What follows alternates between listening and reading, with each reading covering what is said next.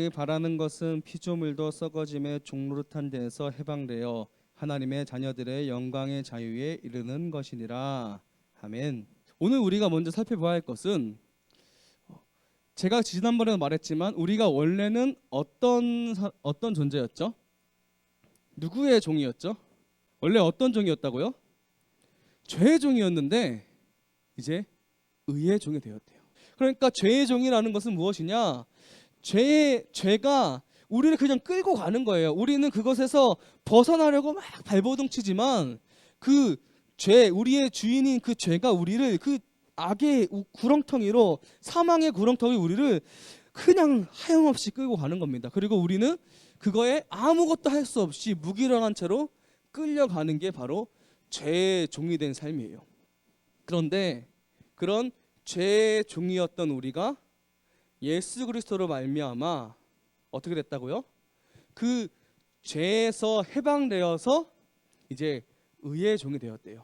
그러니까 우리는 이제는 예수 그리스도를 통하여서 그 의의 종으로서 의의 열매를 맺을 수 있게 된 거예요.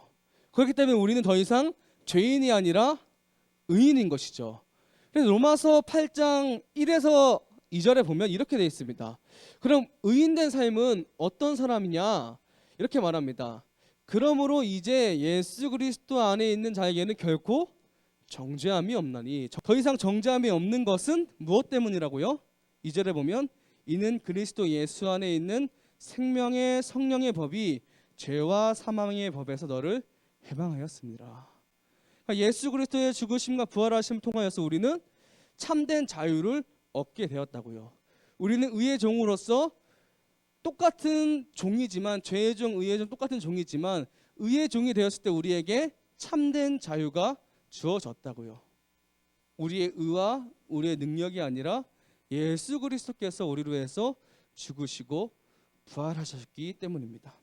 우리는 원래는 죄의 종으로서 육신의 그 죄악된 모습 가운데 갇혀 죄악된 것들을 지으며 살아갔지만, 우리는 이제 예수 그리스도의 그 보혈로 말미암아 의의 종이 되었다고요. 그 믿음으로 말미암아 의의 종이 되었는데, 여전히 우리에게 연약함이 있지만 하나님께서 우리에게 예수 그리스도에게 주신 그 능력을 우리에게 더하여 주심으로 우리가 우리 자신은 할 수 없으나 예수님께서 우리를 인도하시고 특별히 성령 하나님께서 우리를 북돋아 주심을 통하여서 우리는 그 율법의 요구를, 저번 주에 말했죠, 그 계명에, 하나님께서 우리에게 주신 계명과 그에 따른 마음들을 우리는 따를 수 있게 되었다는 거예요.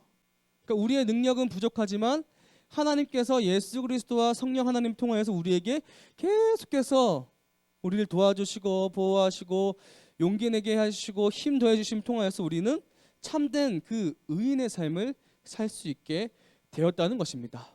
그런데 오늘 제가 말하고 싶은 것은 이런 개인적인 죄에서의 자유만으로 끝나고 싶지 않습니다. 우리는 단순히 예수 그리스도 통하여서 자유를 얻은 몸으로 끝나는 것이 아니라 더 나아가야 된다는 거예요.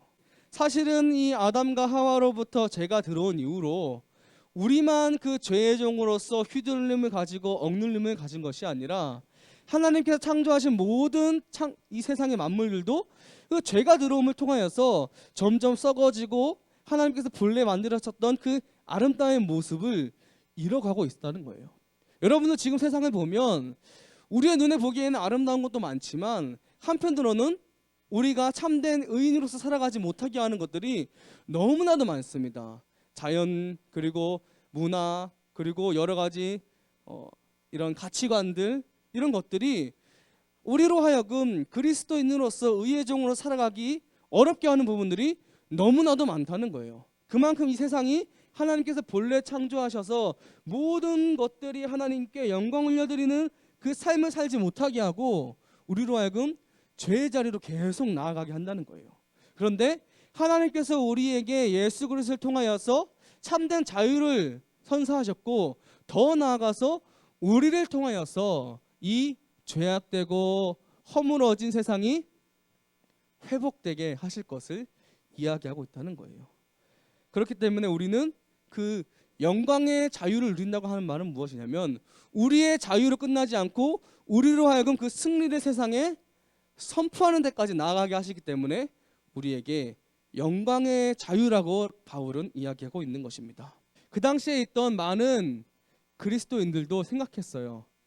지금 그들의 삶 가운데 여전히 죄악된 그 모습 가운데서 우리가 너무나도 탄식만 나오게 되고, 어떻게 하면 하나님의 나라를 이 땅 가운데서 이룰 수 있을까 고민하고 또 좌절하기도 하고, 정말로 그냥 소망만 해야 될 것인가, 포기해버릴 것인가, 이런 고민 가운데서 있는데, 우리에게 주시는 그 믿음은 계속해서 우리로 하여금 이 땅 가운데 이루어질 하나님의 나라를 소망하고 기다리라고 말하고 있다는 것입니다.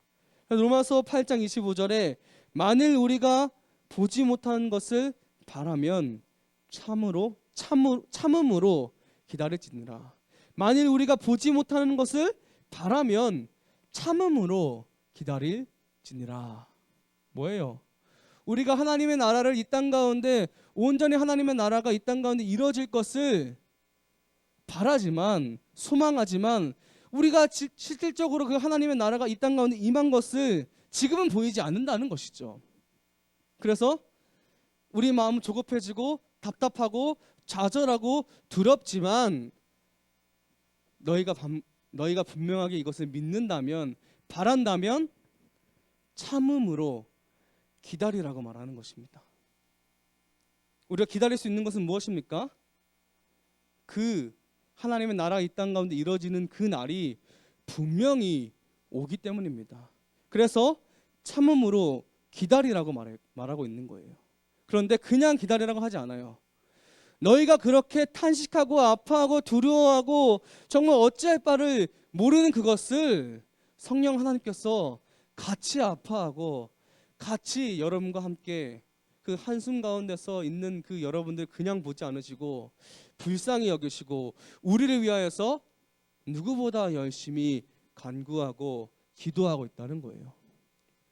성령 하나님 곧 삼위 하나님께서 우리의 지금 이 답답한 현실 가운데서 어떻게 그리스도인으로 살아가야 될지 모르는 이 순간 가운데서 여러분들을 위해서 우리가 인내하고 참을 수 있도록 기도하고 계신다는 겁니다. 일하고 계신다는 겁니다. 장차 올 하나님의 나라를 위하여서 일하시고 있다는 거예요. 여러분들은 세상에 하나님의 영광을 비칠 수 있다. 여러분들이 하는 그 작은 몸짓에도 하나님께서 함께 하신다면 우리로 하여금 하나님께 영광 올려 드리는 삶을 살 수 있다라고 이야기하고 싶습니다. 여러분들, 그렇기 때문에 우리는 더욱더 기도하고 지혜를 구하고 고민해야 돼요. 우리가 우리의 세상 속에서 우리의 삶의 반경 가운데서 어떻게 하면 하나님께 영광 올려 드릴 수 있는지, 우리가 더 이상 죄의 종이 아니라 의의 종으로서 삶을 살아가는데 우리가 그렇다면 하나님께 어떠한 모습으로 영광 올려 드릴 수 있는지를 치열하게 고민하고 기도하고 지혜를 구해야 된다는 것입니다.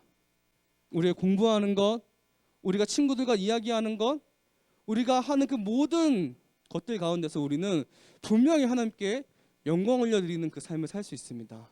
이것을 믿으며 또 한 주를 살아가는 우리 모든 중동부 친구들 되었으면 좋겠습니다. 주가 지으신 모습 그대로 존중하며 섬기